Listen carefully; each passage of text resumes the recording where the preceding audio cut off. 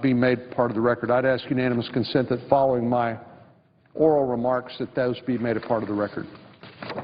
Without objection. And, Madam President, I would yield the floor. President. The senator from Oklahoma. Thank you. I enjoyed listening to my colleague from Texas. I would just comment to him is we're just beginning to see the series of untruths about what the President and his allies have said about this bill. I practiced medicine for 25 years. I've delivered over 4,000 babies, had a broad-ranging general practice. And I was belittled on this floor for the statements that are now coming true by the very colleagues who voted for the Unaffordable Care Act. And let me just outline for you 4 things that are going to be untrue. You cannot keep your insurance. Whether you liked it or not, you're not being able to keep your insurance.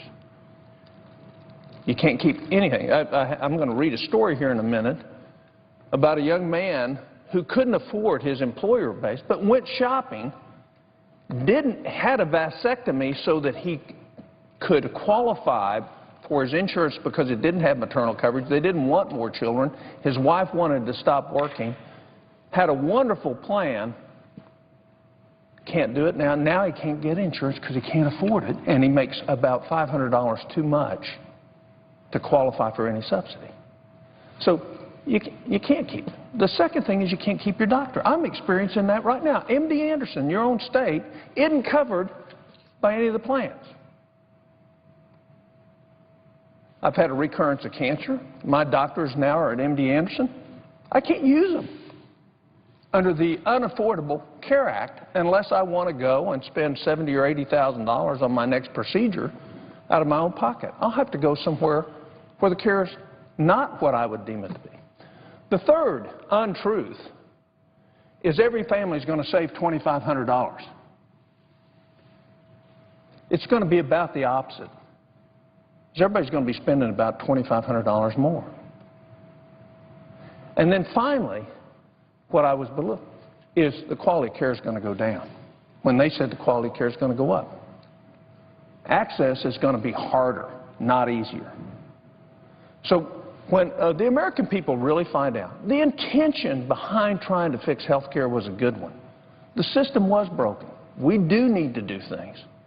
But the untruths associated with this attempt to micromanage people's lives in a market that wasn't perfect, but I want to tell you, this is going to be so much worse than what we had in terms of real care and real outcomes. And when it comes to individuals, the most important thing is the relationship between the doctor and the patient. And it's not just for the patient. The doctor having a relationship with the patient makes much better judgments in terms of the quality care they give and the insight into caring for that person's the whole of that person. And we're wrecking that. We're going to wreck that. Would the senator yield for a question? Without objection. Happy to. I would just ask my colleague, I'm aware of his own experience that he just recounted here with the fact that MD Anderson, the world-class hospital located in Houston that's really the premier cancer treatment facility in America and perhaps even in the world, they're not in the exchanges so that you can't continue your treatment there. Could you explain how that happens? Because I think a lot of people think that if they like their current doctor and they like their current hospital facility, and they're expecting that when they sign up for Obamacare that they're going to be able to continue to see that doctor and go to those same high-class health care facilities. How did that happen? Well, I'm sure I have not researched it yet. I guarantee my colleague I will research it and I'll find out. But the fact is the leading cancer, Sloan Kettering, same thing, leading cancer centers in this country probably couldn't come in agreement at a price low enough that would pay for their costs for this advanced cancer care, so they didn't offer them a contract. because they wouldn't cut their prices enough for the insurance. So here's the main point. We promised increased access. What you're really seeing is decreased access. I can't go to Chris Logothetis, the #1 oncological urologic specialist in the United States. I can't go see him under my insurance. I can. I'm fortunate enough. I had a career before I was in the Senate. I'll pay. But think about how many people aren't going to be able to see Chris Logothetis and go to MD Anderson and have their life saved through the latest advances in pure biochemical and medical research put forward by a lot of people from Texas, some money from the NIH, there's no question, some from the Milken Institute, private money that's gone into research. We all seem to think that NIH is the only one that funds research around this country. There's a lot of entrepreneurs that fund tons of it. So this idea of access, we can say you're going to have access. It's just like on Medicaid. Oklahoma chose not to expand Medicaid. And I agree with that. And the reason is we're never going to send the states the money. It's an impossibility, if you look at our budget situation, for us to ever keep the promise that the Unaffordable Care Act said we would do to the states. But here's what's happening, is people who are going to be signed up for Medicaid, and there's a whole other story about people who are put in Medicaid that aren't eligible but won't be able to sign up, that the whole system has kicked wrongly into Medicaid. You can sign up for Medicaid. Where's your doctor? 75% of the doctors in California aren't even going to sign up for the Affordable Care Act. In Oklahoma, a recent survey said of the doctors over 52, 60% are retiring in the next year. 52, our best doctors, the ones with the most experience, with the most gray hair. They've seen it all. They have the best differential diagnosis. They're hanging it up. And now we have all these rules coming with Affordable Care Act on what you got to do on electronic medical records, and you got ICD-10, 66,000 now codes versus 10,000, that the doctor is responsible for picking. I mean, what we have is a mess on our hand. And the final fifth lie is the denial of the problems that Obamacare, the Unaffordable Care Act, has caused, and sticking our head in the ground and say, well, it's not causing any of those things. It's going to be the most disruptive thing that has ever happened in this country to one-fifth of our economy. But Senator, I'd be happy to. To your point about Medicaid, in Texas, I believe the number is basically only 1 out of every 3 doctors, about a third of doctors will see a new Medicaid patient because it reimburses at about 50 cents on the dollar of what a private insurance plan will. So I know there's the problem of coverage versus access that you alluded to. But I wanted to just ask you about sometimes our friends who supported this legislation said that, you know, if you care about getting people with pre-existing conditions coverage, or if you care about young people being able to stay on their parents' health insurance coverage, you got to take the whole enchilada. In other words, you got to accept all 2,700 pages of Obamacare, and that's the only way you could address these concerns. Are there ways to address some of these legitimate concerns like pre-existing conditions without embracing all of Obamacare? Sure. One of the things is adverse selection, where sicker people raise the cost for everybody in the pool. But if, in fact, you looked at the nation as a whole and you had a law that said any insurance company that's cherry-picking only healthy people, a portion of their profits will go into a pool at the end of the year for people with high-risk illness. That's what Switzerland does. It works wonderfully. And what it does is it changes the behavior of the insurance in it. They cover everybody. And so, you know, the whole idea behind insurance is to spread the risk. And we didn't have good risk spreading. There's no question we need to address it. You were on a bill with me, the Patient's Choice Act, which actually wouldn't have created any of this mess and actually would have created a market with some of the parameters that would have spread the risk and had real indemnification in the country. but also would have had market forces driving and still let you choose what you wanted. You know, the biggest problem with the Unaffordable Care Act is it takes any discretion away from you about what is best for you and your family. And it does it two ways. One, in terms of the details of what you can and can't buy. You know, I've got 63-year-olds that have to buy maternity coverage. But the final point that I would make in that regard is it takes your ability away to do what is your free and correct right, to not buy health care if you don't want it. I mean, what is freedom about? You have to buy health care? And we say, well, it doesn't really do it. It just charges you a tax, right? Even though we said it wasn't a tax, we somehow got it twisted around in the Supreme Court. This is now a tax. I haven't figured that one out yet. I hope you have. What's that have to do with freedom? If I choose to not buy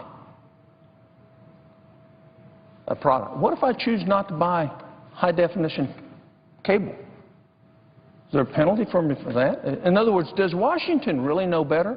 I think we've seen in the last 10 years of my experience in the Senate, we're the last ones to really know. And the common sense of American people is far greater than most of the ideas that ever thought about coming out of here, other than some of the original founding documents that our founders had. So I'd make one other comment on Medicaid. There's a recent study out of Oregon which has done a good job of expanding its Medicaid. But when they went to look at what difference expanded Medicaid, what they found out is you were still, in Oregon, are better off if you didn't have Medicaid. You were better off if you had no insurance at all than if you had Medicaid. And that's because we downward select through Medicaid because of its pricing to the not the best of the health care system. So when they looked at diabetes and control, when they looked at high blood pressure, when they looked at control of heart disease and congestive heart failure, when they looked at all those things, they found one thing that was better: treatment of anxiety. That was it. So in Oregon, when they actually looked at the studies, and part of that is because even though you say you got Medicaid, if you don't have a great doctor-patient relationship where somebody can get in your face who loves you and cares for you and cares about your health and say, you got to do these things to change in your life, you don't change. So there's no impact. So running it from Washington versus having real markets with a real safety net, real safety like the Patients' Choice Act had, a real safety net so that people are auto-enrolled who are irresponsible against catastrophic illnesses, is a much better answer. The other thing that's going to happen, I predict in April you're going to see another uproar in this country. And that's when the seniors in this country pay their taxes and they find out that if the little meager interest income they got off their savings because of what the Federal Reserve is doing, or the few dividends they got, 3.5% of that is going to now come to, quote, pay for Obamacare, because that's called investment income. 3.5%. So whatever your tax rate is, if you have any earnings in investment, you're going to be paying that. You know, I'll never forget Christmas Eve morning, 2009, not having an opportunity to offer the Patients' Choice Act or have it voted on through the raw, brute political force of this body and ignoring the rights of minority. We voted on a bill that many of us predicted. Now, I'm not worried about the exchanges. They'll get that fixed. That's just incompetency of management. They'll get it fixed. It'll eventually work and work well. What won't work is the rest of it. It won't work.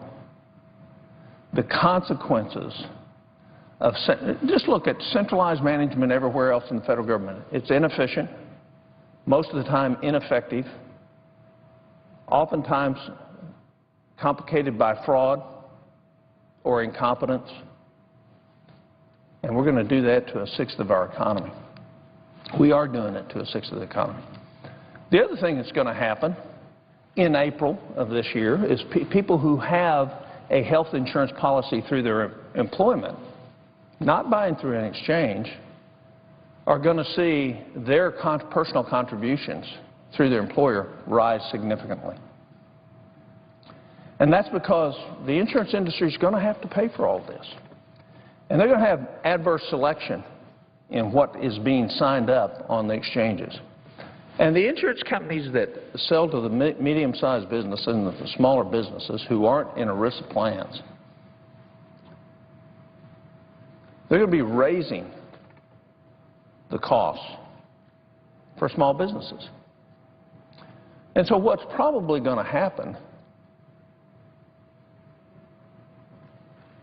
is that those small businesses are either markedly going to increase their employees' share, or they're going to drop insurance altogether and pay the fine, pay the tax, pay the fee, whatever it is, and pay the penalty. But the individuals, the people who we said we were helping, then will not be with the insurance that they had. They'll be back to an exchange with a price, even with subsidy, that's greater, one. Number two, with a copay that's greater, two. And number three, with a massive deductible, which says at $6,000 or $7,000, you really, all you have is catastrophic coverage. Well, why didn't we just do that? Why didn't we just write catastrophic coverage for everybody in the country and let the market work on the rest of it? That doesn't allow the elites in our society to make decisions for you. And that's what we've done. Let me share another story. This is Tina Wilkerson. Tina called in. She's been a school cafeteria worker for a long time. For the last 14 years, she's worked 40 hours a week for 10 months out of the year. She works for a food contractor company. She has now been changed to a seasonal employee because of Obamacare so that her employer can avoid the Obamacare mandates. It was costing her about $400 a month for her health care premium, which included medical, dental, vision, plus life insurance, plus a short-term disability policy. She went to the website, looked at plans with her subsidy. She'd pay $645 a month premium with a $12,000 deductible, not have vision care, not have dental care, not have life insurance coverage, and not have disability coverage.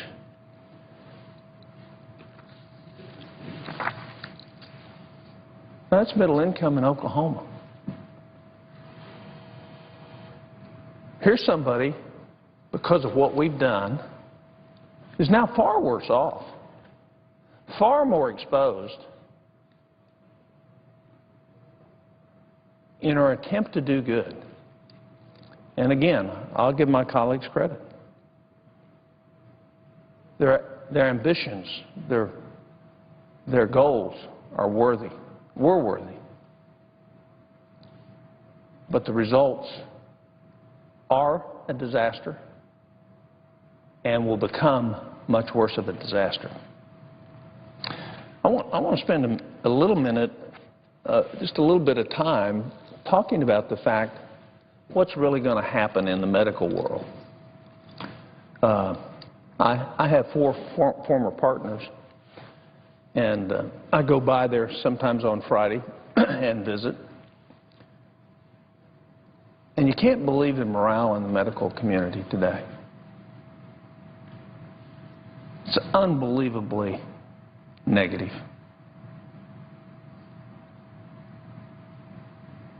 You talk about worry. Think about the average physician. They have an undergraduate degree. They spend 4 years in medical school. They then spend 3 or 4 years in specialty training. So they have 12 years at a minimum of higher education. And they come out all excited about actually doing good, real good, making a difference in individual people's lives. Whether it's holding a hand when somebody's going through a rough time or diagnosing a very serious disease,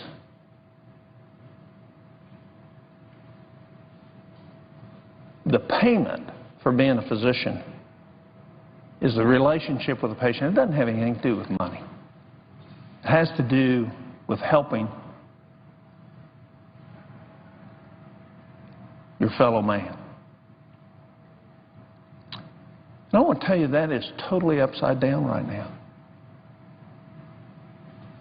And if you don't think that makes a difference, when you have a doctor walk into a clinic setting and you're sitting there on an exam table and that doctor is focused on how am I going to pay the overhead,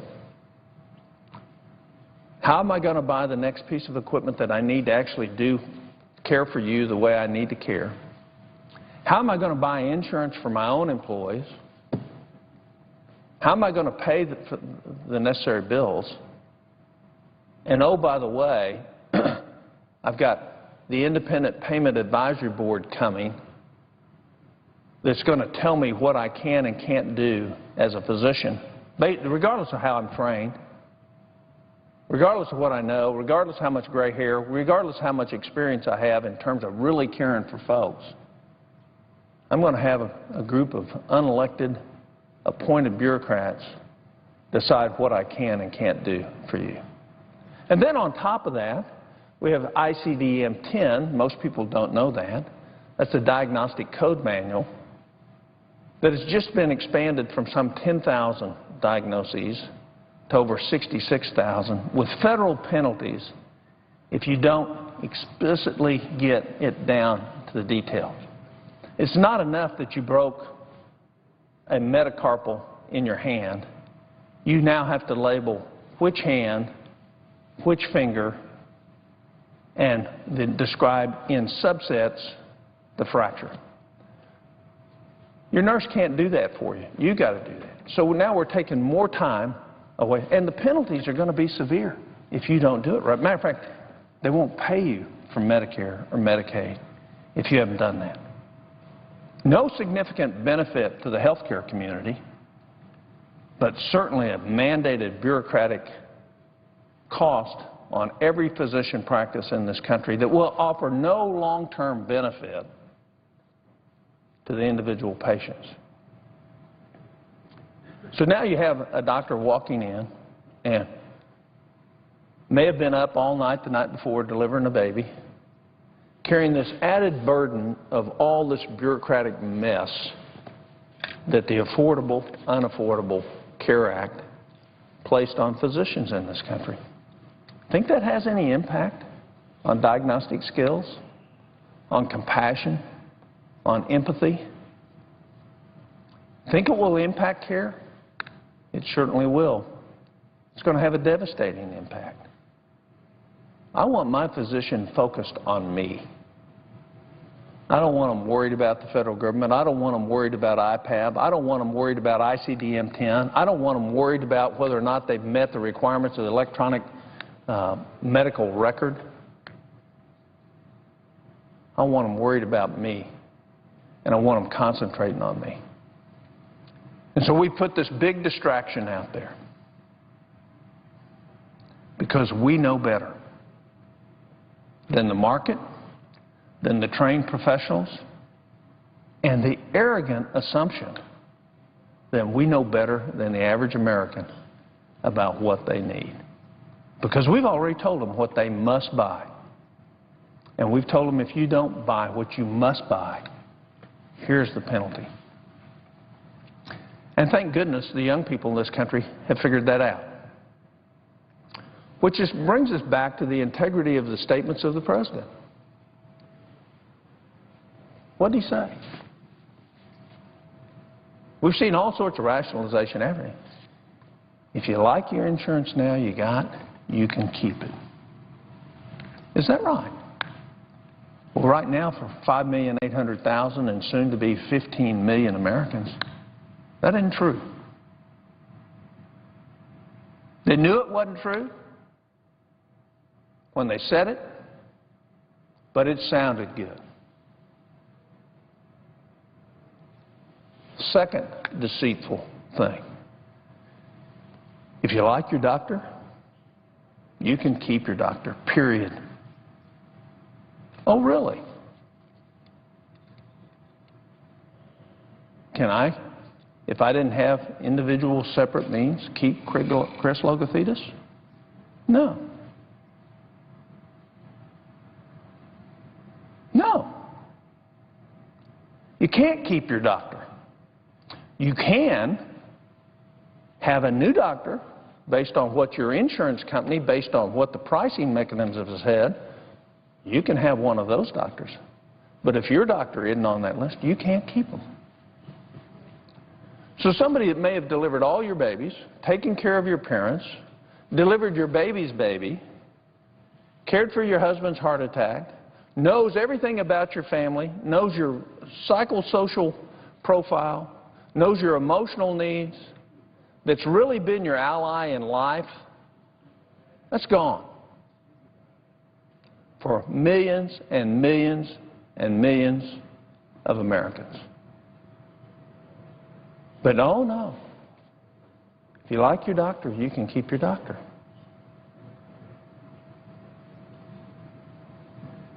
Every one of my colleagues voted against Mike Enzi's bill to allow you to keep your insurance under the grandfather clause. Every one.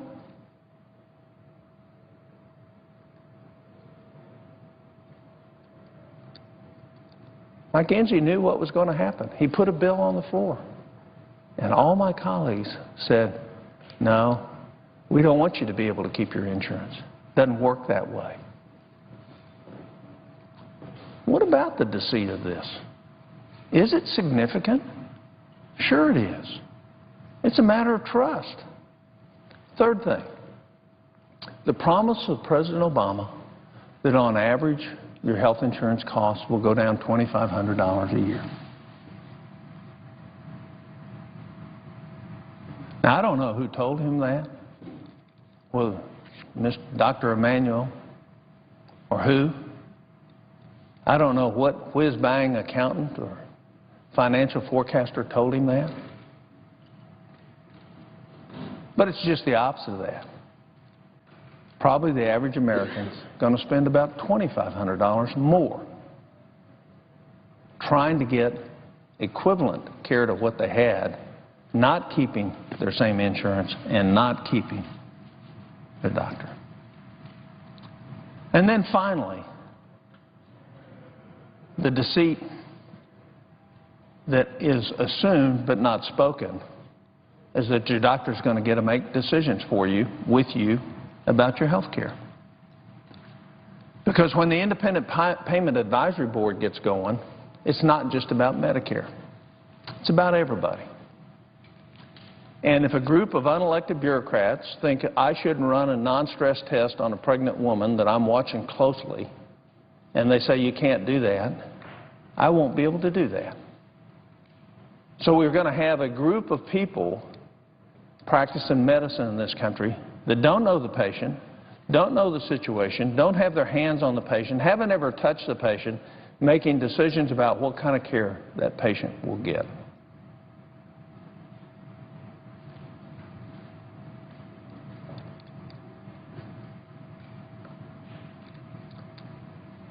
And when we try to unwind the Unaffordable Care Act,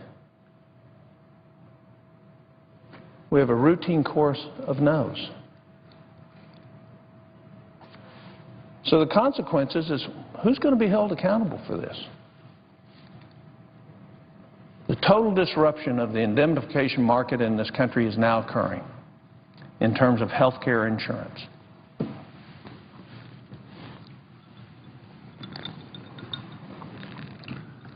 when the insurance companies look at what their ratios are in terms of young to old, in terms of higher risk patients that cost more versus younger patients that cost less, they'll make a calculation this spring about what their fees will be for next year.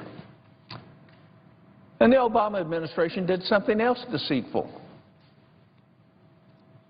intentionally deceitful.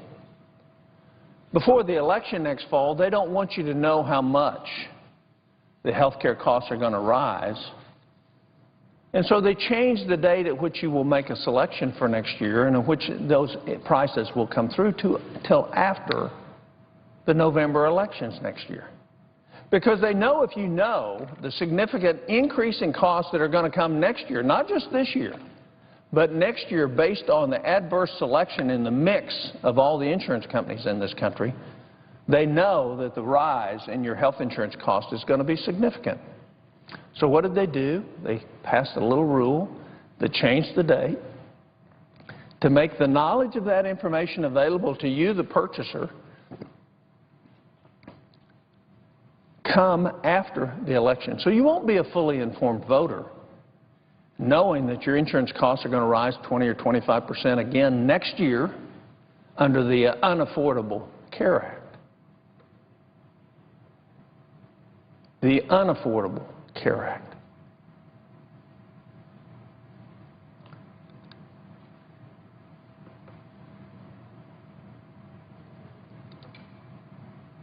We're in a mess in a lot of ways. And we're going to continue to see significant disruptions in the health care in this country. We're going to see continuous decline in the quality of health care in this country, just the opposite of what they promised, because we're disrupting the doctor-patient relationship. And I know this, having practiced for 25 years. I know what it takes to really care for someone. I know what it means to be in a room and spend the time that it takes to listen, to find out what's really going on, to find out why the patient's really there. And we're going to drive all that down.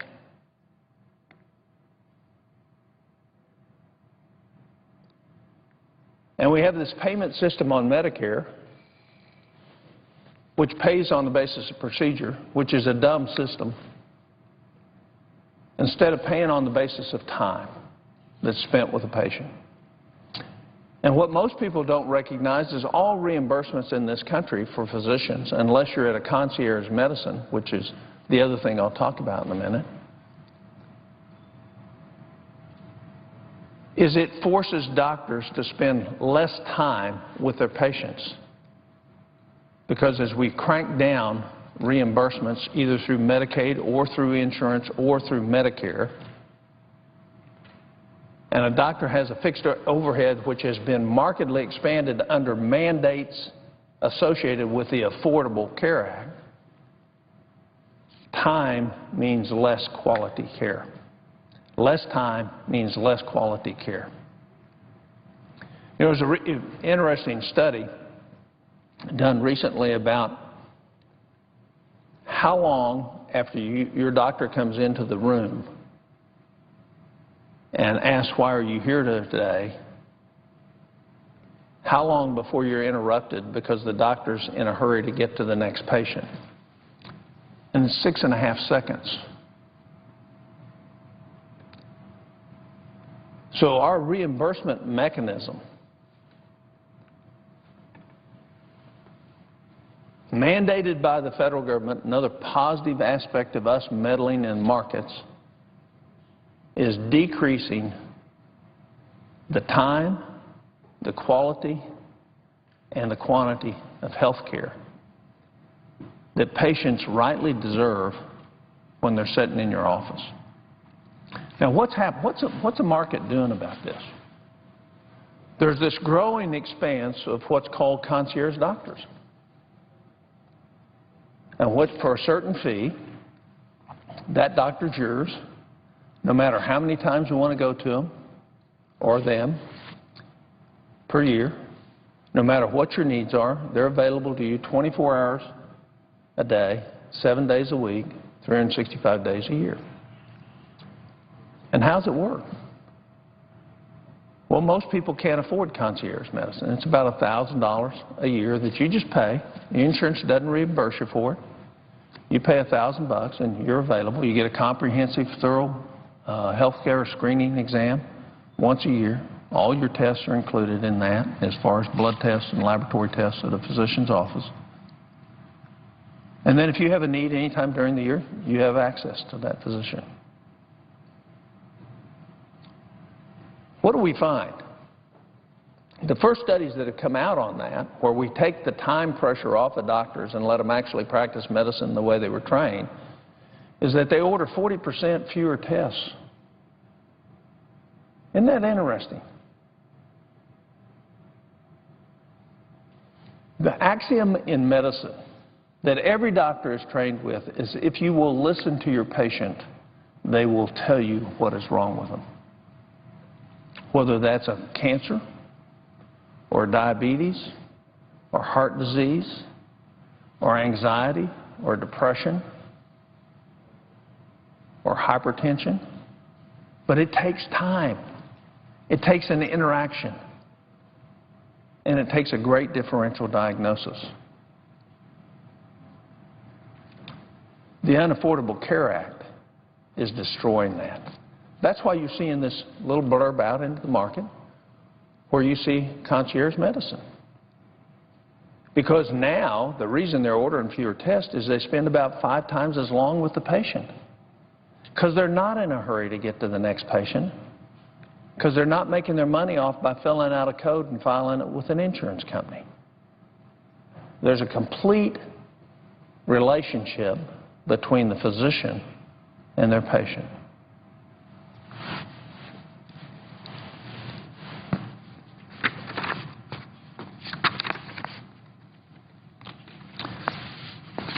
I just want to go back over this gentleman named Brian, who is from Oklahoma. He and his family have 2 children under 5 years of age.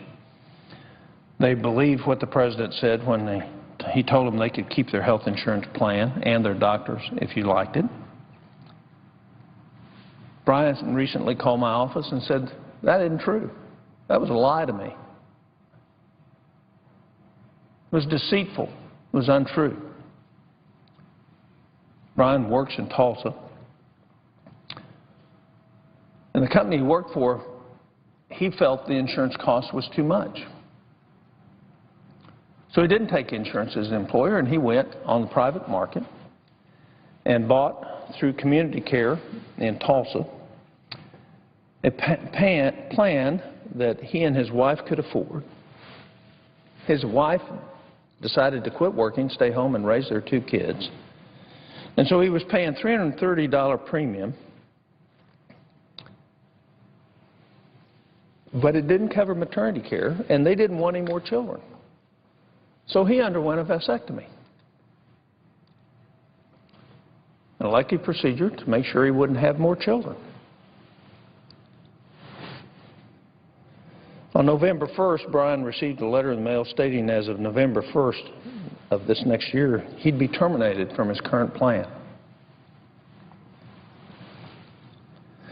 And he'd have to find a plan that satisfied the new mandates that wisdom of Washington said had to be in there. Maternity care. He spent hours on the ACA website. And what he found was plans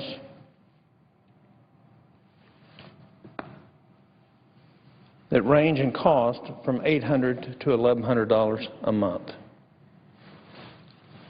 4 times what he was paying.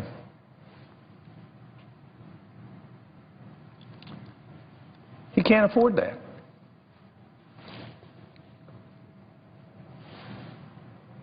He didn't qualify for a subsidy, but he can't afford that.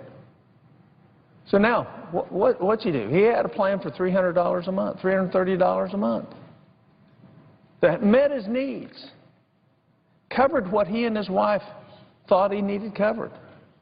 He's a young man. Now, what's going to happen to Brian? Brian's going to get taxed. Not because he doesn't want to buy health care. Not because he can't afford the $330 or even $400 or $500 a month, but because he can't afford $800 or $1,100 a month. So now Brian's going to be without health care, let me say it again, without health care, and then we're going to fine him. We're going to tax him because we've designed a system that took him out of the market. Didn't put him in the market. Took him out of the market. What have we done? And we had an opportunity to fix that with the Enzi Amendment, to grandfather all these plans in. And all my colleagues on the other side of the aisle said no. Said no. So here's Brian with a wife at home and 2 small children under 5. He's stuck in no man's land. You think he thinks President Obama's truthful? No. Did he think those that touted the Affordable Care Act are truthful? No. He's lost confidence in his government. And that's really where we are in our country today. We're in a crisis of confidence with Washington. It was never meant to be. If you read the enumerated powers, matter of fact, we have an Enumerated Powers Act. It has 36 co-sponsors, which says simply that if you bring a bill to the floor, you have to state what section of the Constitution gives you authority to legislate in that area based on what the Article 1, Section 8 of the Constitution has to say. Disappointingly, there's not one of my colleagues on the other side of the aisle that has co-sponsored that bill. It doesn't stop you from offering the bill. It just says, please reference where in the Constitution you have the authority to legislate in this way. We have none of our colleagues that believe the Constitution has any bearing on what we do by the fact that they won't even co-sponsor that bill. The very thing our founders said was our authority to make or change law. Fundamental structure to this country. And as we have ignored, as does the Unaffordable Care Act, the enumerated powers, the consequences to our country are monstrous. This book contains, through the middle of November, all the emails my office has gotten on the Affordable Care Act from a state of just 4 million people. We're just 4 million people. There's not much positive in here. Matter of fact, there's not one positive story in here. They're all stories similar to Brian and Tina. Identical. Had care, don't have care now. Had an affordable plan, don't have an affordable plan now. Had a doctor, don't have that doctor now. Matter of fact, one of the stories in here is somebody that's had a doctor for 35 years and can't have that doctor anymore. Not because the doctor doesn't want the patient, not because the patient doesn't want the doctor, but because the Unaffordable Care Act has decided that won't work in our system anymore.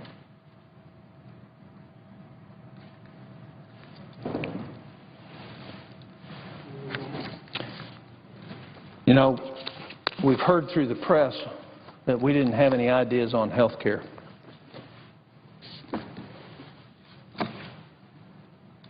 My colleagues know that isn't true. Senator Baca stood right over there December 8th when we tried to bring up the Patient's Choice Act. Did everything in terms of the goals that the Affordable Care Act did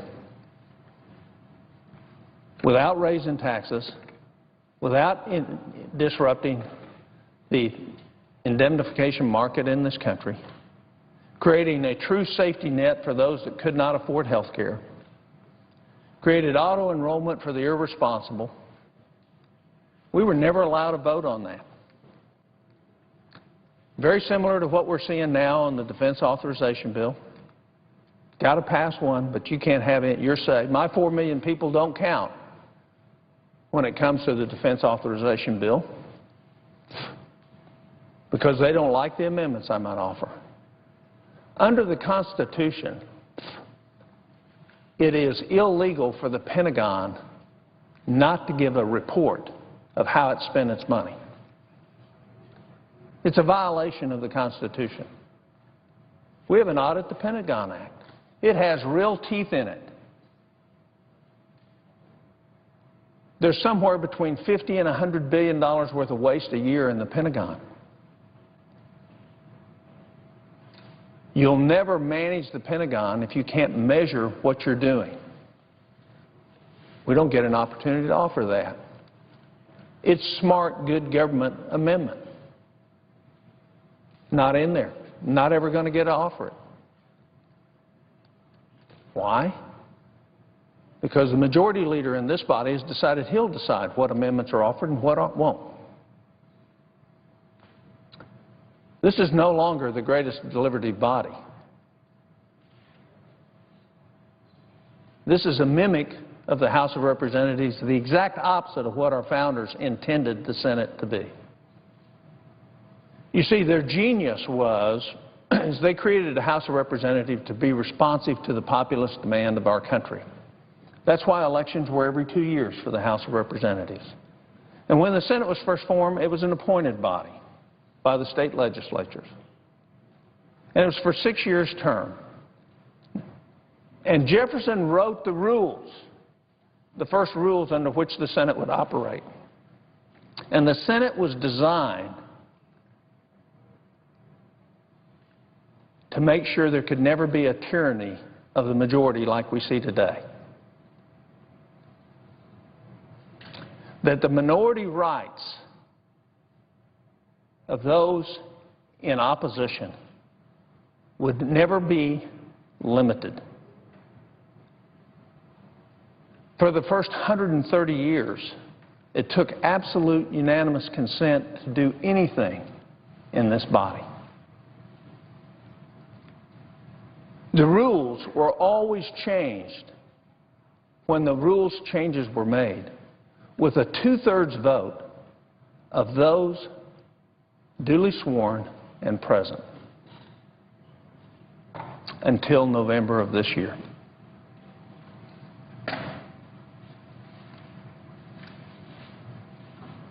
Are things raw in the Senate right now? You bet. And they're going to stay that way. Because the very genius behind our founders was to force consensus and compromise in the Senate, something that the majority leader doesn't believe in. We saw the raw, brute political power with the Unaffordable Care Act. Not a single Republican voted for that bill. It was forced through here with a 60-vote margin on December 9th, Christmas Eve morning. And now we see more raw, brute political force. Not because it had to be that way, because leadership is lacking. An understanding of the traditions and history of the Senate. Carl Levin explained why he didn't agree with that. They didn't listen to one of the senior members who'd been here a long time, who understood the history of the Senate.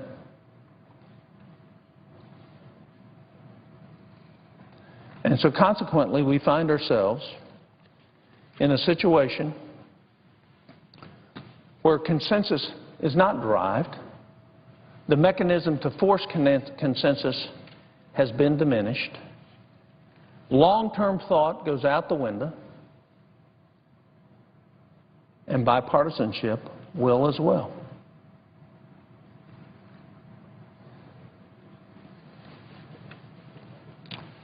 I want to spend another minute or two talking about the Defense Authorization Act and the waste in the Pentagon. A little over a year ago, I put out a report on the Pentagon. In the Pentagon's budget is $67 billion a year that the Pentagon spends that has nothing to do with defending this country. I put that report out in the hopes that the Defense Committee, Senate Armed Services Committee, would look at that report and say, we ought to take all this out of the Defense Department. Do you realize that the Defense Department has 112 science, technology, engineering, and math programs run by the Defense Department? 110 separate ones. Doesn't have anything to do with defending the country. They have 138 green energy programs, spending billions of dollars every year on it. That should be at the Department of Energy, not in the Pentagon. It costs $50,000 a year to educate a child on a military base in this country. 4.5 times what it costs to educate anybody anywhere else in this country. That doesn't have anything to do with defending the country either. Why?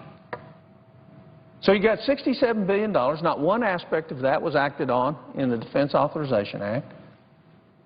Not that was taken out. And let's have the military defend this country, not do all these other things that don't have anything to do with defending the country.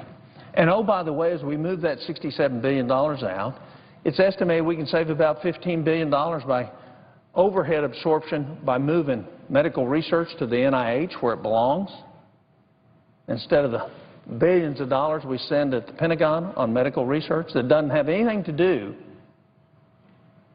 with extraneous diseases that our combat forces might encounter in odd places around the world.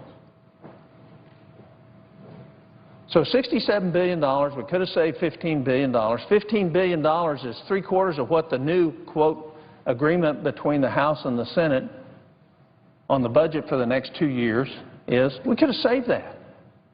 That's $15 billion that would have paid for training. It's $15 billion that would have bought more ships.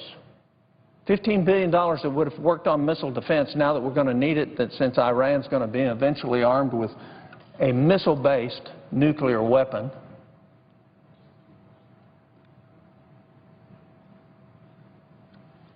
Didn't do it. We've got the Government Accountability Office in the last 3 years has identified duplication throughout the federal government, coming to close to the tune to $250 billion.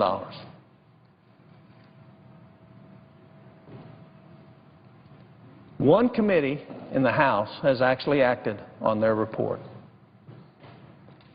If, in fact, of that $250 billion, $50 billion, $40 billion could be saved by eliminating duplication, not one committee in the Senate acted on that, on the recommendations of the Government Accountability Office to eliminate duplication.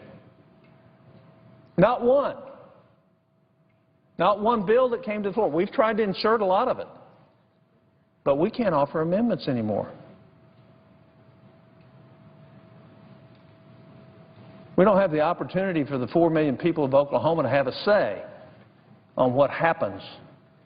They see what's not happening, and they wonder why we don't fix these things.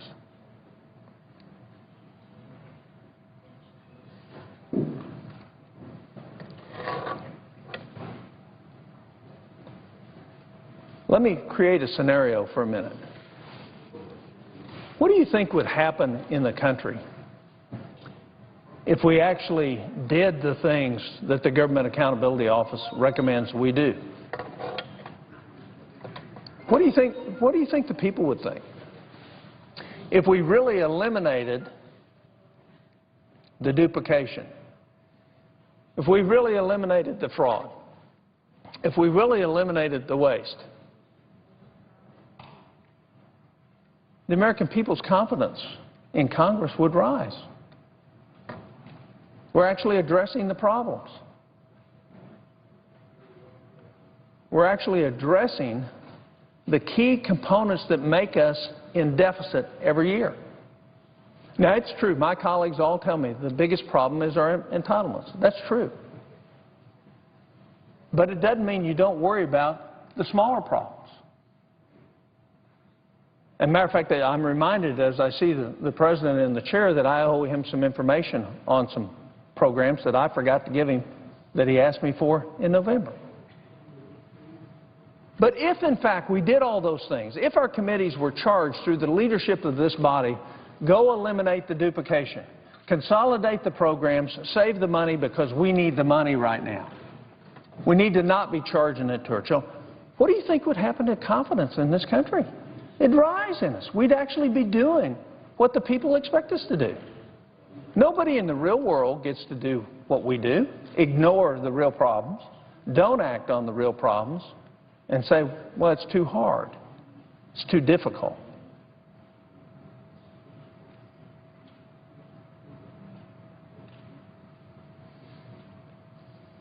I yearn for bipartisanship, for consensus. I yearn for a system that forces us into consensus. Not all my way, not all somebody else's way, but somewhere in the middle. That requires using the rules of the Senate and the long-term vision of where our country needs to be going and applying, not caring about what a political career looks like, but caring about what our country looks like. We've lost focus on what's really important. It's not my career. It's not the distinguished senator from Iowa's career. It's what happens to our country. And we've got our eye on the wrong ball. I do too. I admit. We degenerate to the easiest thing to be critical about. I'm human. I admit to that as well. It doesn't have to be that way.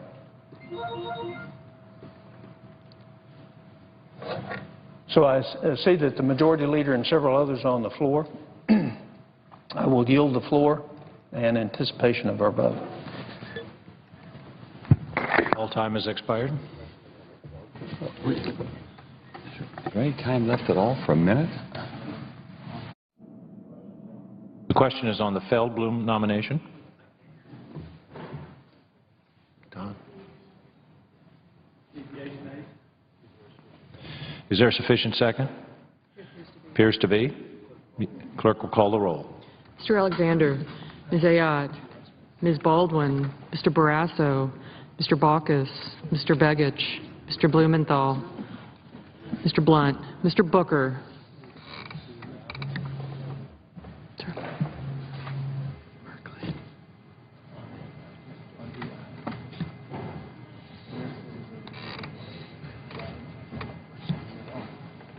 Mr. Bozeman, Mrs. Boxer, Mr. Brown, Mr. Burr, Ms. Cantwell, Mr. Cardin, Mr. Carper, Mr. Casey, Mr. Chambliss, Mr. Coates, Mr. Coburn, Mr. Cochran, Ms. Collins, immediately by a cloture Mr. vote Coons, on a district court judge.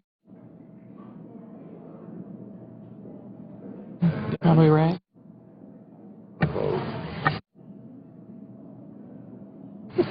Mr. Cornyn, Mr. Crapo, Mr. Cruz, Mr. Donnelly, Mr. Durbin, Mr. Enzi, Mrs. Feinstein, Mrs. Fisher, Mr. Flake, Mr. Franken, Mrs. Gillibrand, Mr. Graham, Mr. Grassley, Mrs. Hagan, Mr. Harkin, Mr. Hatch, Mr. Heinrich, Ms. Heitkamp, Mr. Heller, Ms. Hirono, Mr. Hoven, Mr. Inhofe, Mr. Isaacson, Mr. Johans,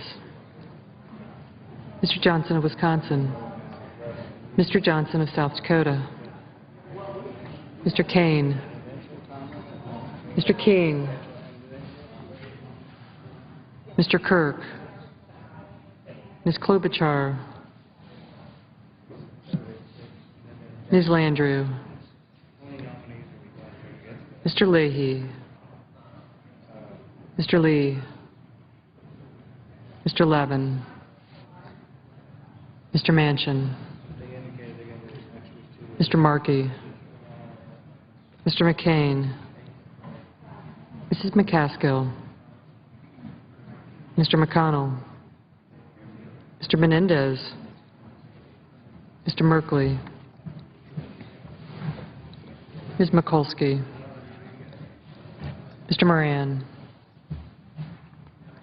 Ms. Murkowski, Mr. Murphy, Mrs. Murray, Mr. Nelson, Mr. Paul, Mr. Portman, Mr. Pryor, Mr. Reid of Rhode Island, Mr. Reid of Nevada, Mr. Risch, Mr. Roberts, Mr. Rockefeller, Mr. Rubio, Mr. Sanders, Mr. Schatz, Mr. Schumer, Mr. Scott, Mr. Sessions, Mrs. Shaheen, Mr. Shelby, Ms. Stabenow, Mr. Tester, Mr. Thune, Mr. Toomey, Mr. Udall of Colorado, Mr. Udall of New Mexico, Mr. Vitter, Mr. Warner, Ms. Warren, Mr. Whitehouse, Mr. Wicker, Mr. Wyden.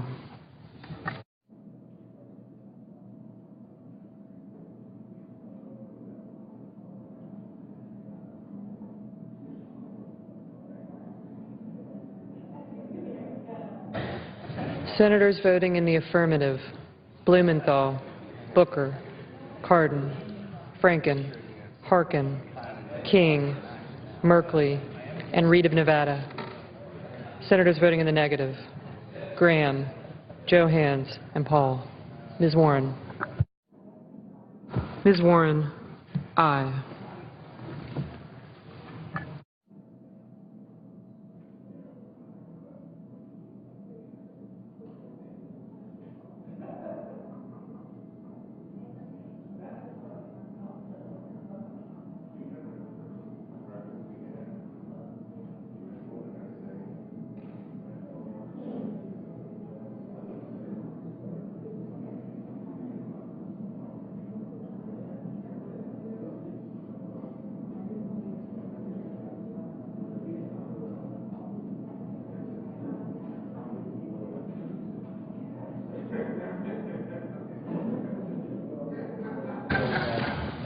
Mr. Coburn. Mr. Coburn. No. Mr. Udall. Mr. Udall of Colorado. Aye. Mr. Coates. Mr. Coates. No. Aren't you early? Mr. Schatz. Mr. Schatz, aye. Mr. Isaacson. Mr. Isaacson, no.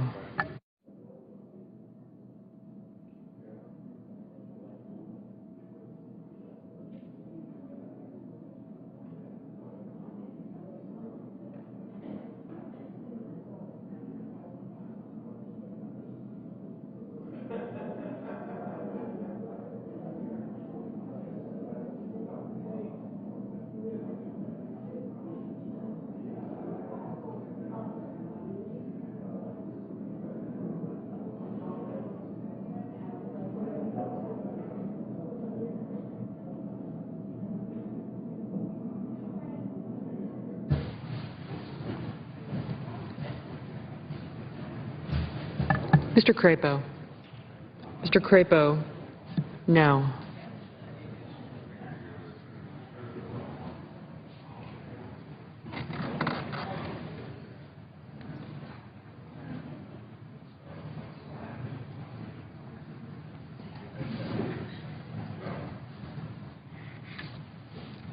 Mr. Leahy. Mr. Leahy, aye. Mrs. Murray. Mrs. Murray, aye.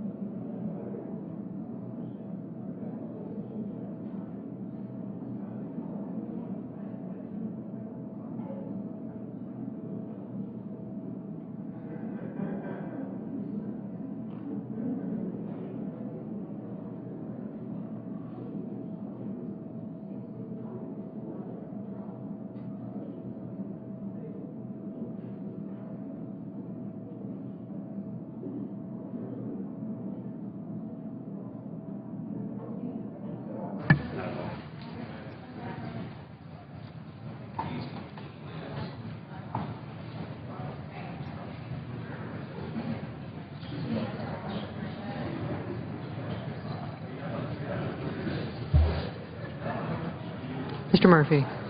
Mr. Murphy, aye.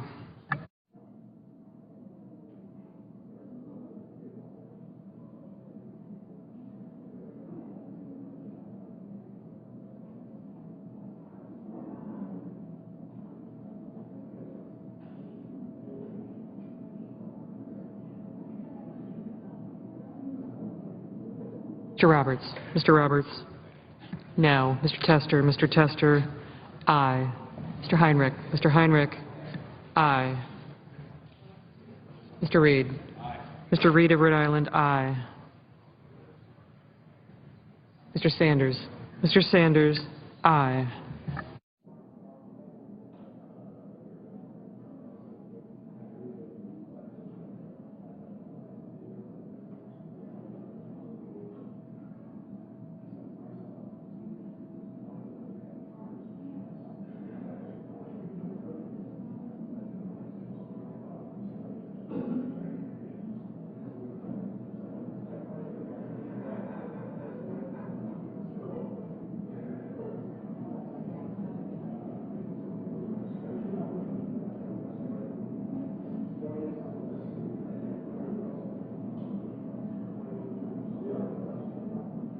Mr. Whitehouse. Aye, if you please. Mr. Whitehouse, aye.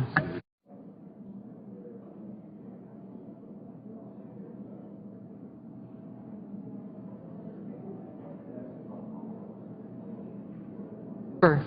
Mr. Burr, no.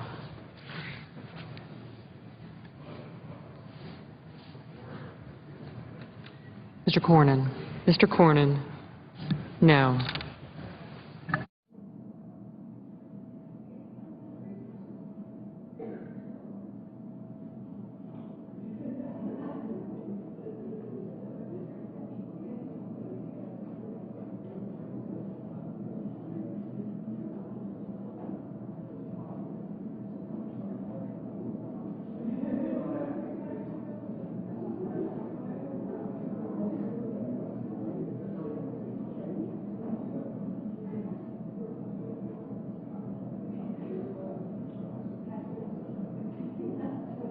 Mr. Rubio. Mr. Rubio, no. Ms. Baldwin. Ms. Baldwin, aye. Ms. Cantwell. Ms. Cantwell, aye. Mr. Cruz. Mr. Cruz, no. Mr. Risch. Mr. Risch, no.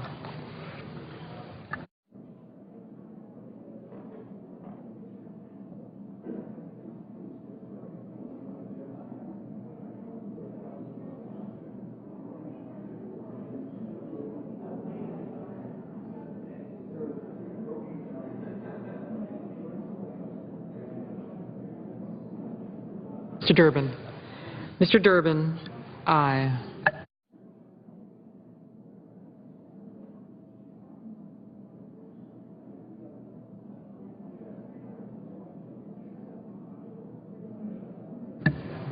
Mr. Bozeman. Mr. Bozeman, no.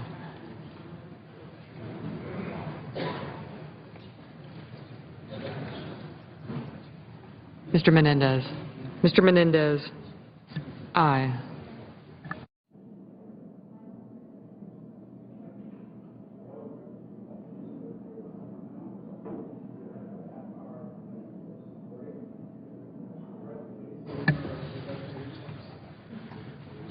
Mr. Vitter. Mr. Vitter, no.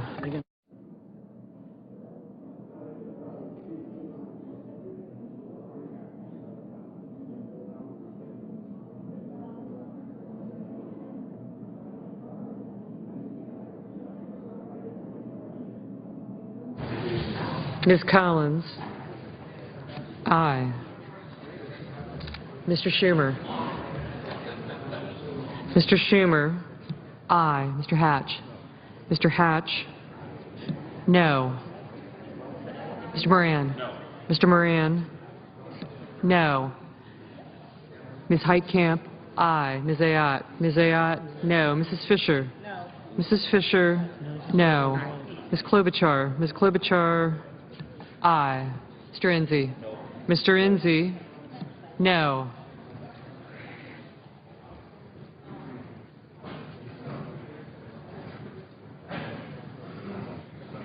Mr. Carper.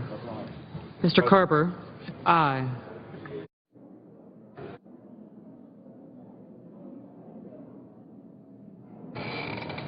Mr. Heller, no. Mr. Grassley. Mr. Grassley, no.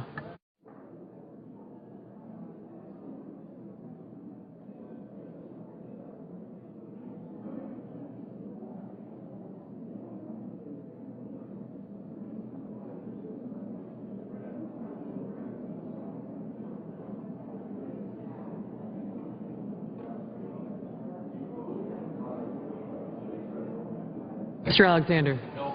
Mr. Alexander, no.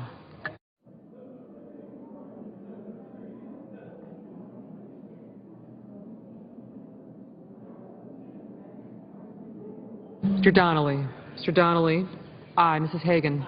Mrs. Hagan, aye.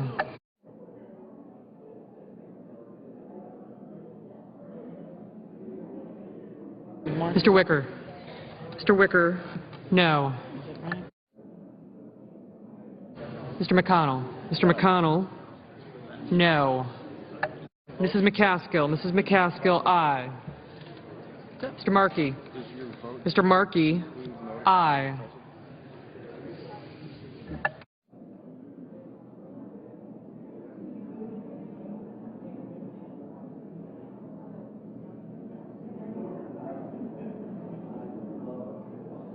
Bennett. Mr. Bennett, I don't think they got aye. for that.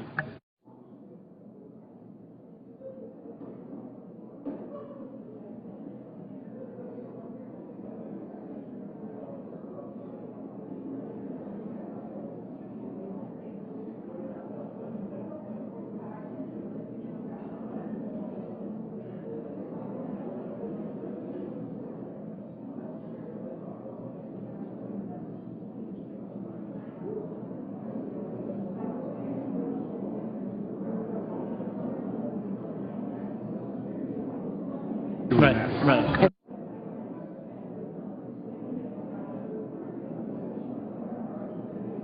Mrs. Gillibrand. Mrs. Gillibrand. Aye. Mr. Coons. Mr. Coons. Aye. Ms. Hirono. Ms. Hirono. Aye. Mr. Levin. Mr. Levin. Aye. Ms. Landrieu. Aye. Mr. Udall. Mr. Udall of New Mexico. Aye.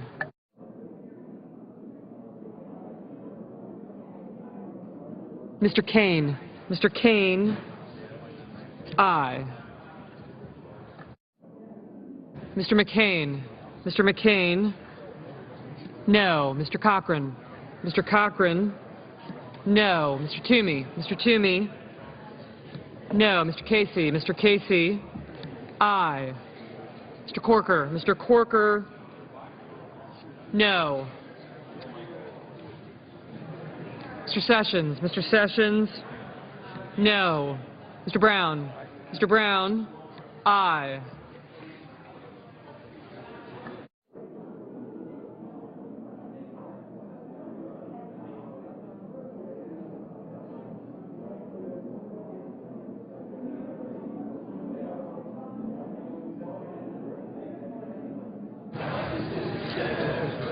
Mr. Warner, aye. Mr. Chambliss. Mr. Chambliss, no.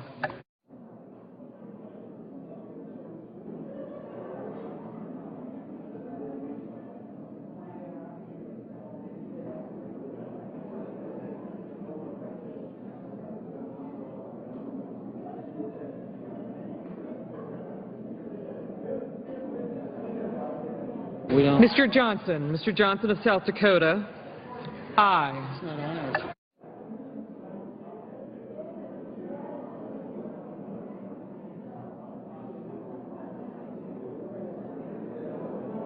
Ms. Murkowski. Ms. Murkowski, aye. Mr. Wyden.